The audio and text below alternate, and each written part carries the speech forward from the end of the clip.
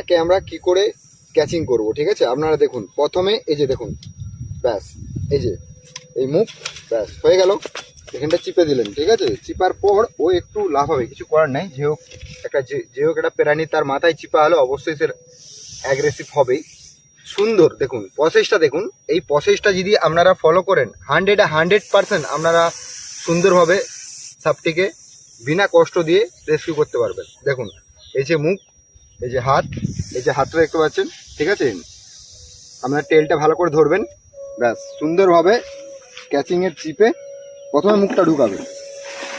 এখন ছাড়া চলবে না যতক্ষণ না ও নিজে অ্যাডজাস্ট করে এটার ভিতরে, ঠিক আছে? ও নিজে অ্যাডজাস্ট করবে ভিতরে। দেখুন সুন্দরভাবে অ্যাডজাস্ট।